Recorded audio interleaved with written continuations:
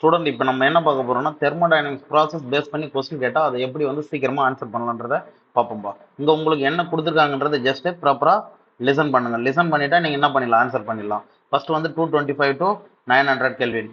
உங்களுக்கு ப்ராசஸ் வந்து ப்ரெஷர் கான்ஸ்டன்ட்டாக இருக்குது. அப்போ என்ன சொல்லுவோம், iso baric process. Fourth process என்ன கொடுத்துருக்காங்க பாருங்க, 500 to 900 கெல்வின். உங்களுக்கு வால்யூம் கான்ஸ்டன்ட்டாக இருக்குது. அப்போ என்ன சொல்லுவீங்க, ஐசோ போரிக் ப்ராசஸ்ன்னு சொல்லுவீங்க. அடுத்தது வந்து பார்த்தீங்கன்னா நீங்கள் கண்டுபிடிக்க வேண்டியது உங்களுடைய ப்ராசஸ் வந்து மூணாக கொடுத்துருக்குற உங்களுக்கு 225 to 550 இருக்குல்ல, இது என்ன ப்ராசஸ் கண்டுபிடிக்கணும், 225 to 300 கெல்வின். இப்போ இது மாதிரி ரெண்டு graph isothermal or adiabatic கண்டுபிடிக்கணும். என்ன பண்ணுவீங்க, உங்களுடைய கட்ட வரல வச்சு இந்த இனிஷியல் ஸ்டேட்டில் வச்சுட்டு ஆன்டி கிளாக் வைஸ் ரொட்டேட் பண்ணுவீங்க. ஃபர்ஸ்ட் டச் பண்ணுறது அடியபேட்டிக். அப்போ 225 to 300 கெல்வின்ன்றது அடியபேட்டிக்கு, 225 to 550ன்றது ஐசோ தெர்மல் ப்ராசஸ். அப்போ ஜஸ்ட் மேட்ச் பண்ணுங்க, ஏவுக்கு 4, பிக்கு 1, சிக்கு 1. உங்களுடைய கரெக்ட் ஆன்சர் 1. இந்த வீடியோ உங்களுக்கு பிடிச்சிருந்தா லைக் பண்ணுங்க, ஷேர் பண்ணுங்க, கமெண்ட் பண்ணுங்க. தேங்க்யூ.